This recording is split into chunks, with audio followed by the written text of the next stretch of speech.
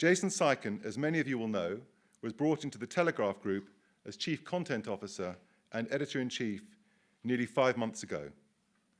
And already his influence is being widely felt as the Telegraph transforms itself into what Jason calls a digital native news, entertainment, and information organization. Now, Jason has a track record in changing cultures. He comes from the television industry across the Atlantic.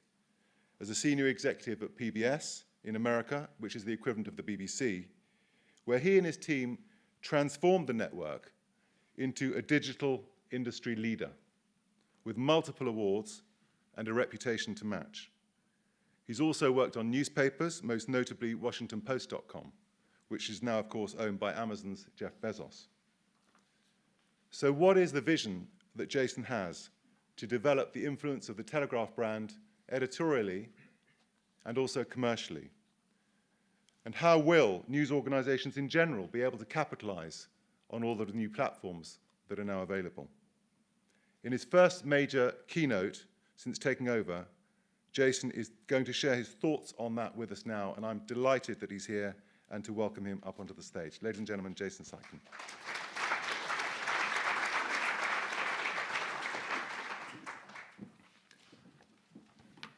Thank you, Rufus. I thought I'd start by telling a story that I heard a couple of days ago.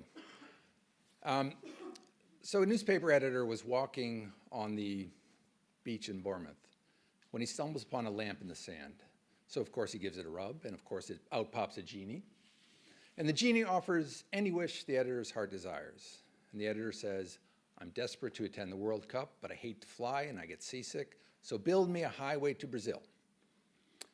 Now the genie's outraged, and says, "You know how hard it would be for me to sink all those pilings across the Atlantic, how much asphalt and concrete it would take, the months and months it would take to get environmental approval from Brussels?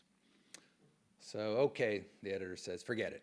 Instead, I'd like to know, tell me this, how do I transform the newspaper industry for the digital age?" And the genie looks at him, doesn't miss a beat, and says, "About that highway, did you want 2 lanes or 4? Yes, so the joke writers and the pessimists say these really are desperate times for the newspaper industry, but I take a contrarian view. We are actually entering a golden age of journalism. Our industry is being disrupted by technology, and disruption almost always leads to better choices for the consumer and better economics for the producer. Without a doubt, we are entering a golden age for the audience with new and immersive ways to experience news. And in a few minutes, I'll demonstrate one of those using the glories of virtual reality. And we are also entering a golden age for journalists with new reporting tools that make me wish I was a young reporter once again. In just a few minutes, we'll fly one of those tools over your heads, literally. And perhaps, just perhaps, if we continue having, as an industry, having the courage to change, we are even entering a golden age, both for newspaper companies and for the advertisers who make journalism viable. Personally, I can't imagine, I wouldn't want to imagine, a world without newspaper companies, a world without our investigative reporting, breadth of coverage, and depth of expertise. And I hope you can't either. I don't want to live in a world where my friends rely on Google to keep them informed about whether the government is spying on them. A world where parents depend on Facebook to sort through conflicting research about how to raise healthy children. A world where voters rely on BuzzFeed to name the MPs who are fiddling their expenses. A world without the tradition of journalistic excellence, without the core values that newspapers have developed over decades and even centuries of covering the world in all of its complexity. That's not the kind of world I imagine for my children. But here's the problem. Being the good guys isn't exactly a great business model. So what do I envision when I say we're entering a golden age for audiences, journalists, and advertisers? Well, in the old world, the job of putting out a great newspaper was fairly straightforward. One product per day on one platform with well-defined boundaries, the printed page, and a geographically limited audience. Excellent meant reporting, writing, editing, and pictures. That was then. Today's world is one of multiple and multiplying formats for presenting news.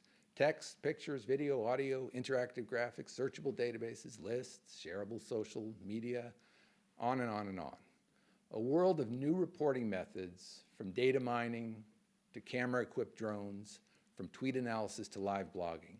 It's a world where audiences are served on an ever-growing number of screens and platforms. And amidst all this upheaval and complexity and change, no wonder the pessimists obsess about newspapers. The pessimists obsess and fret about newspaper readership declining as audiences fragment across the countless digital news and entertainment sites. But the truth is just the opposite. Last month, 72 million unique browsers visited telegraph.co.uk, a growth rate of 29% year on year. Those are numbers we could only have dreamed of during the so-called glory days of newspapers. And this growth will continue because in times of audience fragmentation, trusted brands attract quality audiences. The pessimists also talk about changing demographics. Yes, the average age of a Telegraph newspaper reader is now over 50, but young audiences still love newspaper brands. In just 1 year, we've grown our Facebook followers from 100,000 to 1.1 million. And look at the ages of the most engaged visitors to our main Facebook page. 18 to 24, followed by 25 to 34. In fact, a full 64% are between 18 and 34. Now, the pessimists also talk about newspapers being too rigid to cope with the changing business models. Yet the truth is that the UK newspaper industry has become a glorious petri dish of business models. Fleet Street is testing and trying new strategies and tactics, experimenting and changing, pushing beyond our traditional boundaries. The Guardian, the Times, the Mail, the FT, and the Telegraph, we're all trying different business models, and I wish each of them nothing but success with their various approaches. We come from different traditions and legacies, and we all have loyal audiences. There's room for all of us. The pessimists also talk about technology moving at light speed. They predict that the winners in this brave new world will not be traditional news companies that are learning to build new technologies, but rather technology companies that are learning to cover the news. Again, I'm a contrarian, and the evidence, I think, is clear. The Telegraph and other newspaper companies, while continuing to publish our iconic newspapers, are already moving to the cutting edge of digital technology. Someday soon, we'll be able to offer news and entertainment in exciting new ways, with experiences that will put the audience at the center of the story, at the side of our journalists, experiencing the same sights and sounds as the journalists do. In a few minutes, I'll show an example of that. The pessimists also say that we're doomed because serious journalism no longer sells. After all, who wants to read about the chancellor's budget when you could be reading this? Man in banana suit at large after attacking man in gorilla suit. So the pessimist's argument is that we're descending into a world dominated by journalistic empty calories, that audiences have fallen in love with clickbait and list sickles. But is the sky really falling? Are audiences really dumbing down? The truth is that throughout the ages, the news business has always had its equivalent of the list sickle. Almost from the beginning of time, tabloid journalism, populist journalism has outsold quality journalism. For certain audiences, clickbait sells. It always has and it always will. For these audiences, there's no doubt that we're entering a golden age of 21st century digital sensationalism. But we're also entering a golden age of serious journalism, with quality newspapers, as always, in the lead. As long as newspapers are around, in whatever form, on whatever platform, serious journalists will harness new reporting technologies. Serious journalists also will perfect and are perfecting exciting new ways to present news and information, from data visualization to the virtual reality goggles that you'll see in a few minutes. Now, I may be an optimist, but I don't view the world through rose-colored Google Glass. In an era that demands constant transformation, reinvention, and dexterity, there's a case to be made that newspaper companies can't change quickly enough. Years from now, when we look back on media companies that thrived, those that merely survived, and those that perished, the defining difference will be this: who among us was bold enough to adopt a true digital native culture? At the Telegraph, we're in the midst of that transformation, creating a culture that is digitally native in practice as well as theory. So what does that mean? For us, a digital native culture starts by putting our audience at the center of everything. That means we're interacting with the audience nonstop, using data to explore and understand what they want, how they want it, when they want it, and how they're using it. These days, we know not just when a headline gets clicked, but also if the person doing the clicking goes on to read 200 words, 20 words, 2,000 words. We know exactly where they stop. We know more about today's customer than ever before. And if you aren't using data to listen to your customers, your competitors are. By definition, this approach means turning newspaper tradition on its head. When I got into the news business a few hundred years ago, the editor was king. He ran the show. He decided what was important, what should be covered, what should be published. He had an intuitive idea of what the audience wanted, and each day was a zero-sum game to put out that day's newspaper, go home, and do it again the next day. Now, I'll admit that I'd like nothing better than to go back in time and be that guy. It's an enviable job description. But in the digital age, it just doesn't work.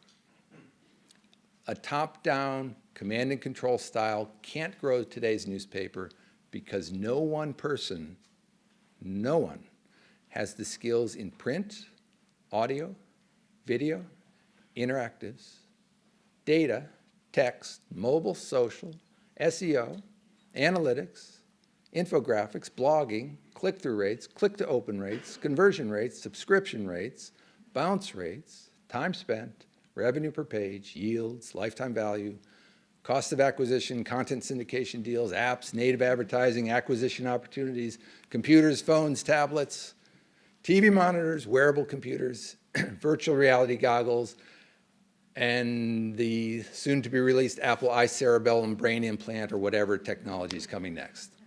The choices are too broad and too complex, and the expertise required in each discipline is too deep. Over my career at the Washington Post and elsewhere, I've worked with my share of brilliant, brilliant top-down leaders. And if they were working in today's complex world, they would be leading a charge to build digital native cultures in their newsrooms. A culture where the editor sets the vision, yes, the editor needs to set the vision, and then hires world-class experts across a broad range of disciplines and creates the environment for them to do their best work. A culture where intuition still matters, but data matters more. A culture that's less top-down and more about empowering journalists and holding them accountable for the results. A culture where staff in their 20s and 30s rise more rapidly than ever because in areas such as social media, they are the true digital natives, the real experts. A culture where the old rules and ways of doing business are challenged and tested through rapid experimentation. And finally, perhaps most disorienting for those of us who grew up in print newsrooms, a culture that is comfortable with small failures. Because any true digital organization knows the key to innovation lies in taking risks, failing fast, and learning from those failures. Facebook's motto is move fast and break things. They paint it in huge letters, huge red letters, on the walls of their headquarters.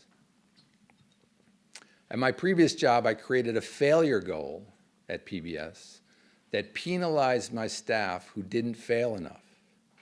Because if they weren't failing a certain number of times, it meant they weren't challenging themselves. They were playing it safe.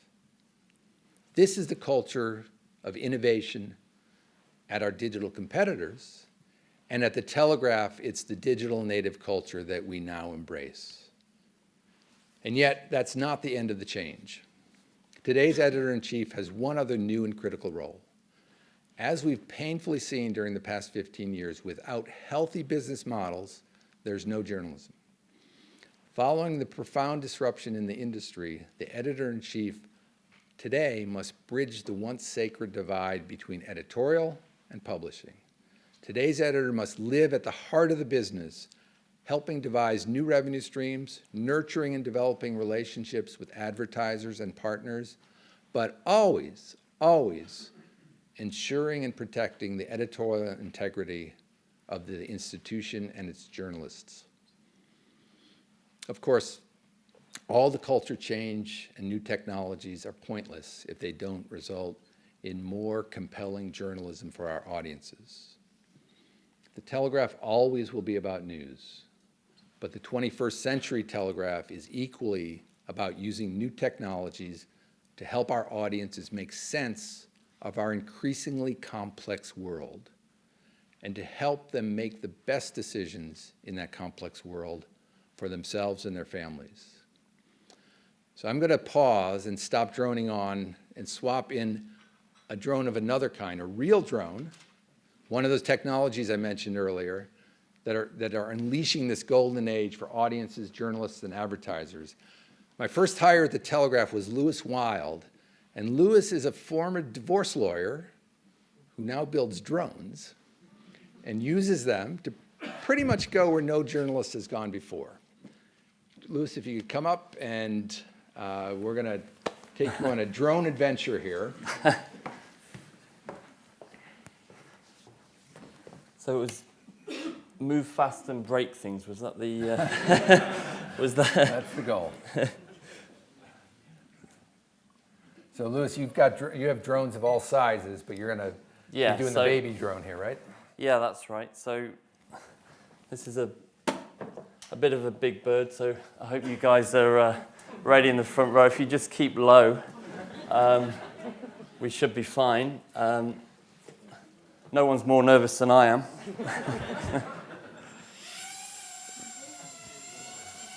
I wasn't going to fly the big one.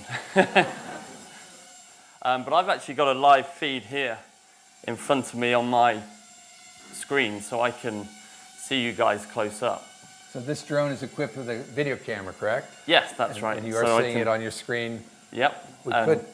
We couldn't quite get it to project to the big screen, unfortunately. There's a lot of signals around here. I'll bring it back in. So, I mean, this is, I mean, it does have a camera on, so there are uses for this. But there is a much more serious role for machines like this. And I think we've got to... Why don't we roll the video? But now we're going to show some videos that Lewis has made using his drones. So this is Typhoon Haiyan in the Philippines. This was the strongest storm to ever reach landfall. And as you can see, the freedom to tell the story with these machines is absolutely incredible. You can get to places and you can see things in a way that you just could not see before. And here, imagine if you're a news crew on the ground and you've got a camera on your shoulder. How far through this landscape would you get? How much of the story could you tell to your audience? You'd probably get to that water there. You wouldn't get any further than this. And so you wouldn't know. All you could say was, it looks desolate, it looks destroyed, and that's all you could see. But if you travel further down, within a few seconds we could see, and half of the town, this is Tacloban, was stranded from where we were. And there were many, many survivors here, but they were desperately in need of food, water. They had no electricity. And this is investigative journalism in a visual way that brings a story straight to the viewer. And again, the same with the floods in the UK. We could reach areas that you couldn't get to on foot. We had to check this car. Didn't have anybody in. We came across it and thought there could be people trapped, so we flew up to the windows to have a look inside. Luckily, nobody was. I wasn't quite sure how I was going to get them out, but I could at least find they were in there. But it's not just disasters. Here we took the viewers on a speedy run around the Gold Cup course, sports events. We get amazing footage of urban sports, things that normally you'd need a Hollywood budget to film, we can do on a very small budget with short notice on major breaking news stories. And it's about grabbing the eyeballs of the viewers and keeping their interest. It's about creating amazing content that they want to see because they want to be amazed, not because they're just interested. And this is conservation project. This was wolf hunting. There were 50 wolf hunters out with us, and we found the wolves with the drone where the experts failed. You can actually see them running through the trees there. So it investigates the story as well. It brings more than just incredible visuals. And for advertisers, if you've got a row of hotels that you're trying to advertise, you can create amazing content that you literally wouldn't get at the Viewpoint any other way. And so that's what these machines allow us to do, a completely new way of seeing things. So obviously a great new innovation for journalism and also for our advertising partners who go through our Create program. You have the ability to use the drones for those. Absolutely, and we build the drones in-house, so we can create a drone for any given purpose, whether we're chasing a Formula One car around a track or we need a smaller drone to film inside. In the Philippines, we were moving in and out of buildings. In fact, we found victims that we then reported to the authorities. So there are many, many purposes, and the footage is great from these. So if you've got a product or a service that you're looking to advertise, we can create some really dynamic footage using these. So now let's get a little bit more futuristic with our technology and move on to something else. Lewis is actually a hologram. No, but Lewis is actually going to show us, with the help of a volunteer, we have a brave volunteer, Emma Cranston, Investment Director at Manning Gottlieb OMD, who's kindly agreed to be our guinea pig, and to test these virtual reality glasses. So this is from the company that was just bought by Facebook for $2 billion, sorry. And just to set this up, obviously it's a pretty clunky experience right now for the user, but remember cell phones of old, when cell phones first came out and they were about this big? They're like a brick. These are going to be shrinking and small and usable for the average person in no time. So if you have a look around, we're going to fire you up here. You're, I think that's Batman and Robin. But if you turn around behind you, you'll find they've just thrown you off the edge of a cliff there, and you're now flying a few hundred feet in the air. You can look down and see. I think you're on some kind of flying Batmobile, and if you look up, you'll see your parachute. And if you look back behind you, you'll see the person who's driving this. It's possibly not somewhere that you'd want to be. What's the experience like? It's awesome. It does feel like you're flying, and it's just gliding. Really, you probably want to do it on a hangover, which I'm not. But the immersive experience that you get, it takes you away from the small screen if you're an advertiser that you get on a mobile phone, and all of a sudden your audience is completely encompassed in your product or in your story. If you're a journalist, you can give them an experience rather than just allowing them to view something. They really experience it with these, which is why it's worth $2 billion to Facebook. It'd be really good for like tourism and travel because you get really into the experience. Just brings it to life, I can imagine. Yeah, if you're sat by the pool with these on and somebody brings you a pina colada, you start to enjoy it, and then when you take them off, you realise you're in the office and you're not on that holiday. You might just get online and book it. It really does allow you to experience something. And you could, on a more serious note, you can imagine experiencing the horrors of war, almost being side by side with a Telegraph journalist and photojournalist, and really having this 360-degree experience of the battlefront.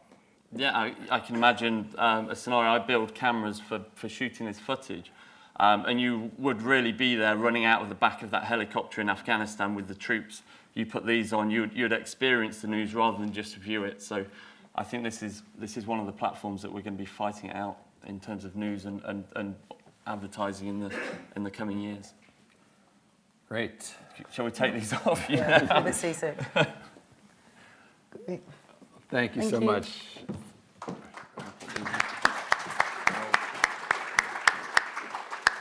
And by the way, anyone in the audience interested in actually taking any of these technologies for a test drive, we've got these plus other toys like Google Glass available for hands-on demonstrations at the Telegraph at the Experience Room.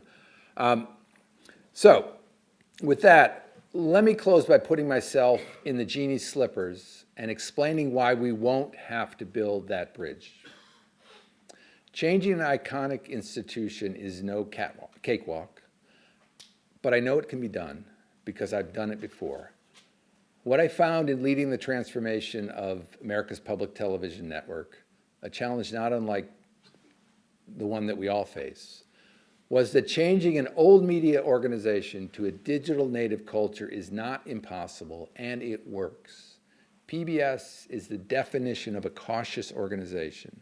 Almost all of its primetime programs have been on the air for more than a quarter century. They don't actually embrace change easily. Yet I was able to create an entirely new culture. And the results, we grew video views from 2 million a month to 250 million a month. And PBS.org came out of nowhere to become the most popular network television website in America. So yes, it can be done. And the best journalists jump at the challenge. Our approach to continuing the transformation at the Telegraph rests on two fundamental principles. The first is one we've had all along, the principle that our most valuable asset is the iconic Telegraph brand, a brand that stands for integrity, honesty, reliability, and trust. Regardless of how the technologies change, these are immutable and non-negotiable. And that brand will remain our biggest asset, both in print and digital. The second principle is this. We will create a culture where the only commandments chiseled in stone will be those core values of integrity, honesty, reliability, and trust. Everything else is open to experimentation and change as we disrupt ourselves into the new golden age. Thank you very much.